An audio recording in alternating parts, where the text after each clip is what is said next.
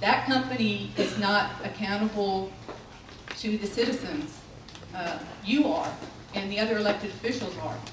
And so you need to have someone who is managing that contract very diligently. Secondly, I think there are some legal issues that will have to be hammered out. Some things that I'm concerned about when I hear about a private company, I'm concerned about, is somebody keeping records of what I'm looking up at the library? Who keeps that information? Who has control of that information? Are they going to be selling that information? These are all legal issues. And the county is going to have to pay someone to go through and make a contract that's going to prevent those kinds of problems. And then also, I'm also concerned if you've got a private company. Right now, I don't have the figures, someone here probably does, but we rely upon volunteers in our library. All libraries do. I don't mind volunteering for the city. I don't mind volunteering for the county library. But I don't do volunteer work for private companies. Private companies work for profit. And going to get the same level of service. I don't think you're going to get the volunteers that you got before. And so I don't see any way that we're going to get the same level of service. And I promise you, that is not included in that $300,000. And then finally, I think that you really seriously have to consider the cost associated with the risk that you incur when you do this. There is substantial risk. The first and obvious risk is that the level of service is not that we're not getting the level of service that's required by the contract. Okay? I know that this company has had problems in other cities not making payments and other kinds of problems, fiscal problems. The risk involved here is pretty substantial because once you turn this over to a private company, then you lose all the internal knowledge, experience that you need, that if you need to withdraw that contract, all of a sudden you do not have that depth in your own staff. And that's a huge risk that other companies have found when they have outsourced and had to try to bring things back in. And so I think that actually that $300,000 is much less than what you're saying. And just to repeat what I said originally, if we've got to have cuts in the library or this or that, I don't think the way to do it is to turn this over to an outside organization.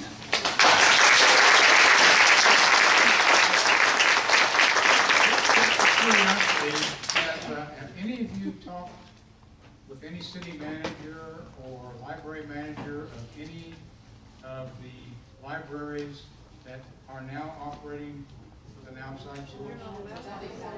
Have any of you talked to any of those? They're not allowed to. They're not allowed. Has anybody talked to any of those libraries? They're not allowed to discuss it. Have you talked to the city manager? My wife she's very familiar with his company. She has also made the comment that if you look at Farmers Branch, that is a disaster. And I think all we have to do is look at the newspapers and see that. But she is familiar with this company. She does not have a whole lot of respect for this company at all. Chris? Dallas is not on Dallas' side. They considered, but they decided against it for whatever the reasons were. And the discussions we've had with the people at Farmers Branch is they have been very happy.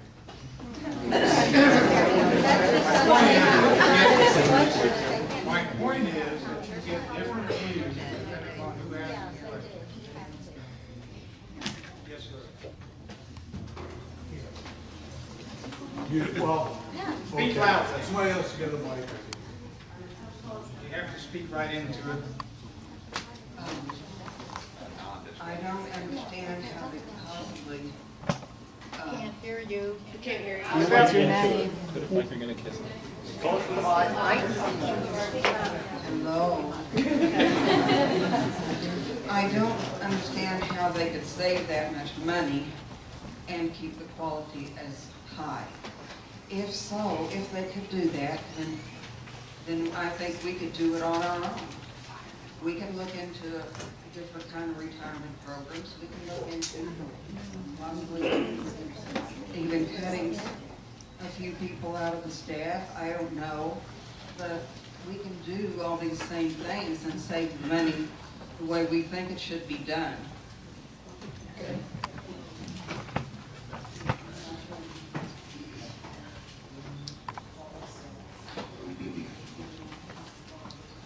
Jerry Bush. You know, I was here one morning in the library, or the volunteers in the library presented a check to the library that was the equivalent of what was donated to volunteer labor. That check was in excess of $200,000.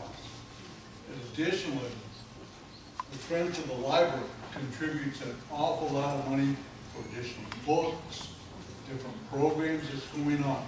I don't see how an outside sourcing company could build this type of service, volunteers, additional funding into their proposal, or how you can put it into the request proposal for them to say you have equivalent services provided. You know, and this lady said, a lot of volunteers, we don't mind volunteering, we want it to be for a cause we feel for, and there's a lot of plenty of causes out there for us to volunteer. I know I would not volunteer for a private corporation that's going to make money and stuff on what. Could we please get a name? I've worked for, I'm retired. I'm sorry. Your name? Jerry Rubush. Thank you. That was one of the questions that was asked of Lancaster. Lancaster had LSSI for about 7 or 8 years. They had 3 or 4 different city managers that managed LSSI. And then the last city manager came in and he wanted to have all his own people in the city rather than having an outsource. So they terminated the contract.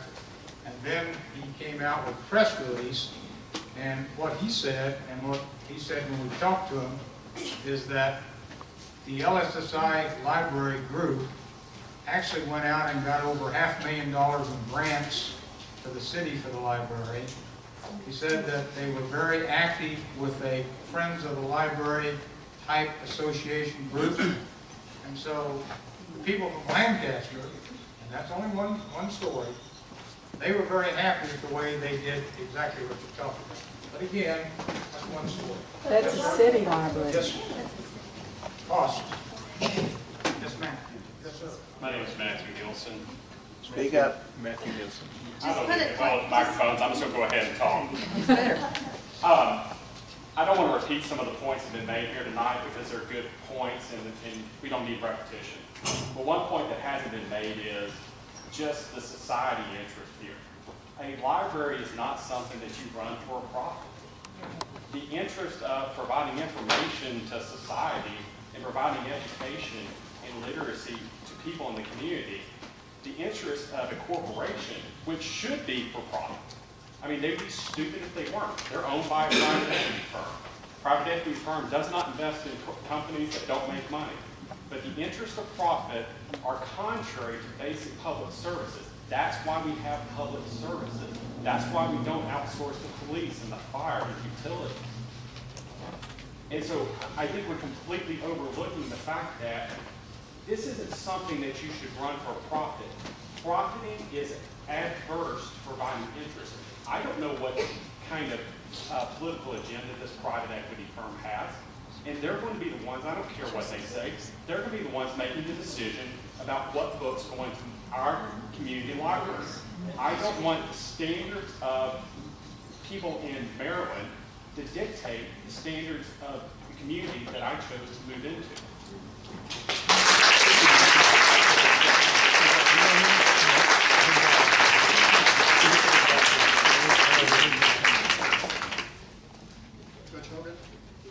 Hi, Tom Yalley. I don't need a microphone either. I like libraries. I like them a lot. I spend a lot of time in libraries. I also like efficiency. Judge Hogan said that the library is staffed with 19 full-time equivalent people. That's true. But on Saturday, arguably the busiest day of the week, certainly the day that I get to use the library, there are only 14 full-time equivalent people. Now, if the library can run with 14 full-time equivalent people on arguably the busiest day of the week, why can't it run with 14 full-time equivalent people the other 6 days a week, or the other 5 days a week? The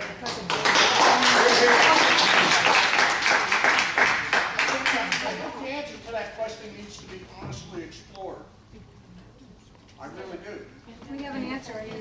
Saturday is the third busiest day of the week. Also on Saturday, we have that's busy per hour, and we have shorter hours on Saturday. On a day when we're open from 10 until 8 p.m., we need more staff than on a day when we're open from 10 until 4. But that's full-time equivalent. That takes into account all hours equal. So it's 19 FTE, 14 FTE, it's the same number of bodies per hour. And again, it's not the busiest day of the week. Yes, sir. Yes, my name is Jim Bazinski. I'm a retired federal government employee that was in charge of processing facilities, both in Dallas and at least some in Missouri that use contractual employees. There were 250 in Dallas, 100 in Lee's Summit, with another 100 doing data entry and taking fees in Chicago off-site. The point that the lady made here that I'd like you to consider, please, is $300,000. There still has to be oversight of managing the contract. That's a cost. You're going to have monitoring of that contract on some type of recurring basis, not necessarily daily, to see that things are done, especially if you're involved with fees of giving them monies of which to purchase books. You want to have that on an audit, etc. So those are some costs that you're going to have to incur taking off from that $300,000. So you'll have to hire a group of people to do that anyway. The other thing is that when you're in that contractual situation, you're going to have to delineate your work processes, and if you come up with a different idea of doing it, you're going to have to rewrite your contract to change those processes. You just can't go in and tell them, monitoring it, that they're not doing it the right way. You're right, contract management is a skill. Yes, sir. My name is Steve Ragland, and I've had some experience with outsourcing. I worked on outsourcing $3 billion over 10 years. And at the time we did it, I bet $10. Not right. It wouldn't last 5 years. I collected my $10 last year, first of all. It may be more efficient. This gentleman was on the right track. Let me tell you what's going to happen. They're going to cut these costs, and they're going to cut your costs $300,000.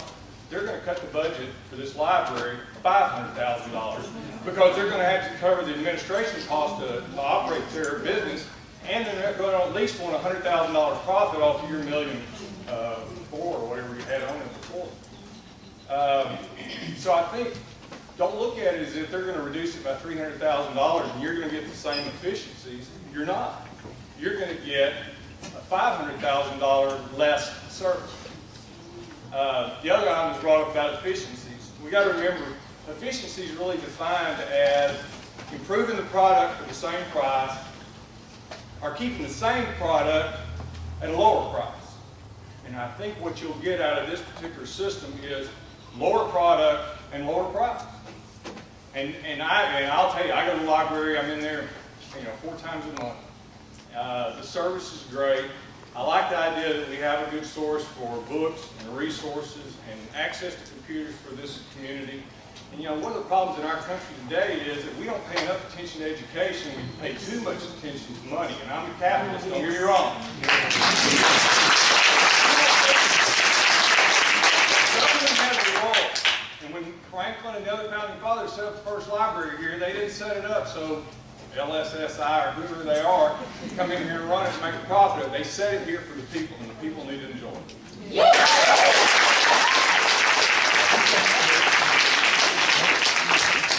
Judge Logan, if we don't cut expenses, how much do we have to raise taxes to make up for it? Every penny of tax is equal to about $680,000 income. So if you've got a $1.4 million, if you've got a $1.4 million budget and 1 cent of tax is equal to $680,000, the operation of the library is 2 cents for all of them. You cut off $300,000, it's about half a cent. Yes, ma'am?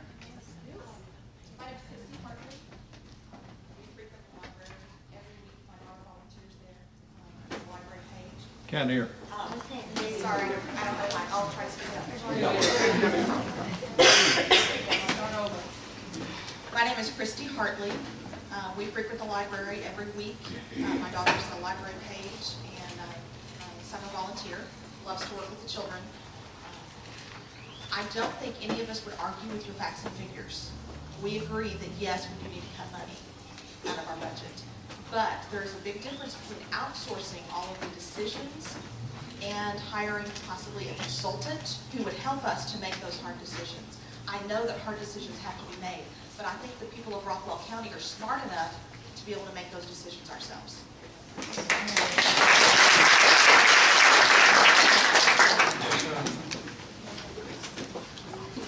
Thayer Parrish. Thank you, Judge. We, the people of Rockwall, and I've been here for 37 years,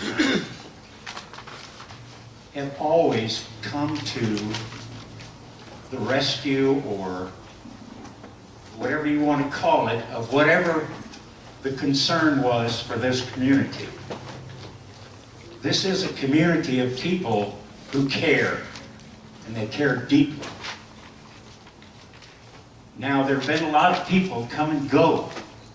A lot of people have come in here. They've had great ideas that turned sour, and they disappeared. They didn't stay here because they didn't like it. Let me just ask this question.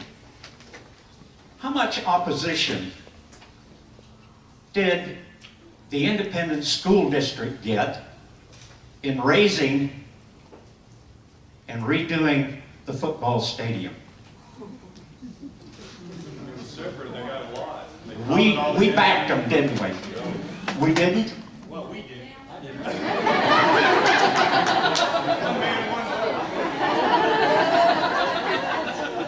Okay. Point is that it went up. Okay? Yeah.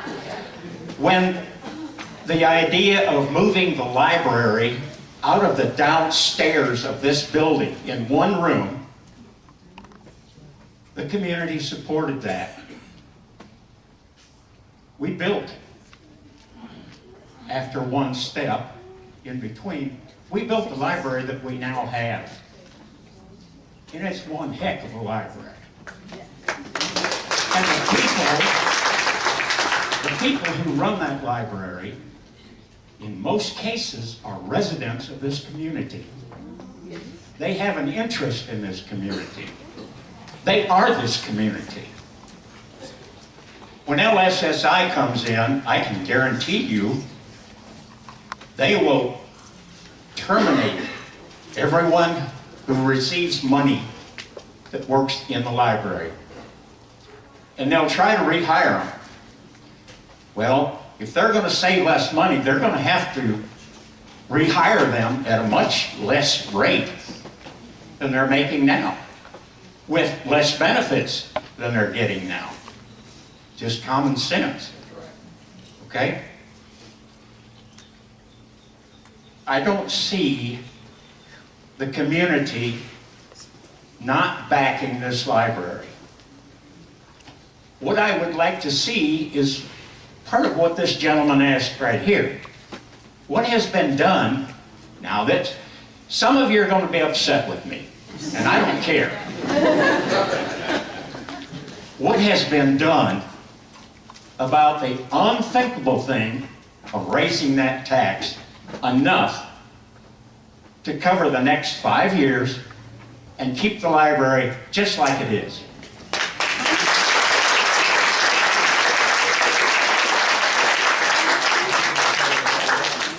Judge Hogan, has anybody thought about fighting the state statutes?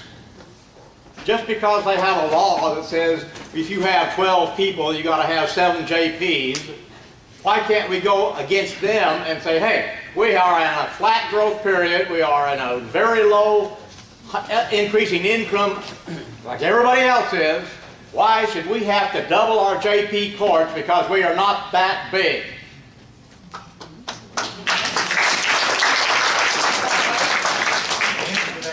is no, and the chances of it happening are 0 and none.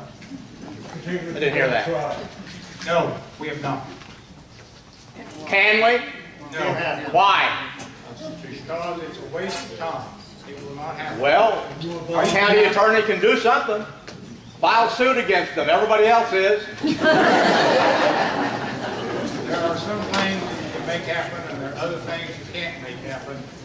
Changing state statute. For example, we tried to get one little old bill passed this year in the legislation.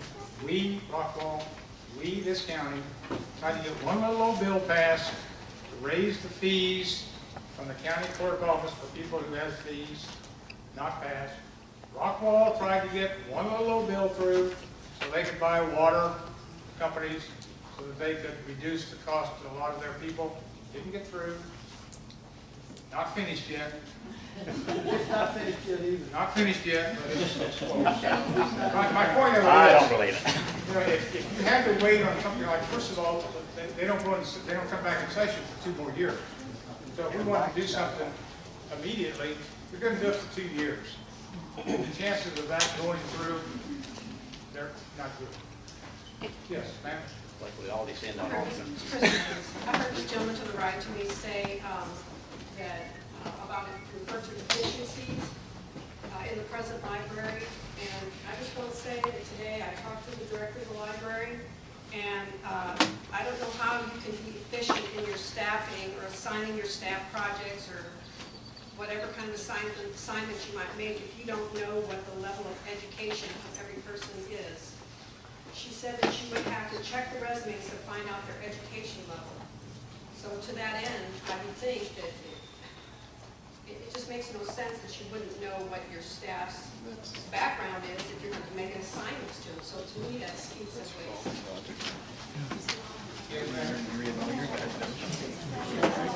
think I did this microphone. I'm Kathleen. We can't hear. I have a couple of points and a couple of questions. Louder. Here. I'm sorry. Somebody asked why Lancaster has a library. Why Lancaster contracted with LSSI. You probably remember they had a tornado.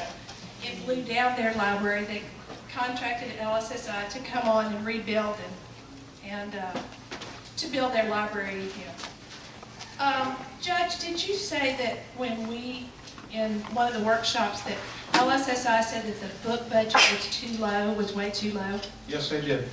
Okay. And Friends of the Library, as this gentleman said, does make significant contributions every year to the library for books, about $45,000 last year, about $20,000 for the Reading for Adults program, and another, I think, $3,000 for reconfiguring the large print area. And then there's some other capital outlay that will come out of the capital, the development fund, the monies that were raised originally in 1990 for capital expenses for the library when we went into the old post office building. So my understanding with LSSI contracts is that there is a 5% to 7% surcharge on ordering materials. So if the Friends of the Library were to continue to donate that $50,000 a year to supplement the book budget, because that's one of the areas that Marcine has cut, knowing that the Friends would help supplement that, then would 5 or 7% of that money go to their profits? I don't know because we don't have a contract. You can put in the contract whatever you want. I don't know. Well, I think every contract that we've seen has at least a 5% surcharge on materials. So I have some concern that Friends of the Library would be donating money that a portion of it would go to the profits. So if there was an RFP, we'd have to make certain that that wouldn't happen, because I don't believe that legally we can donate money for a profit situation. And I guess the last thing is, how do you think LSSI actually knows what programs and services we offer? I have no idea, but they do. No. They don't. One company. Yes, ma'am, back to back. Can I just say one other thing about the full-time equivalency at the library?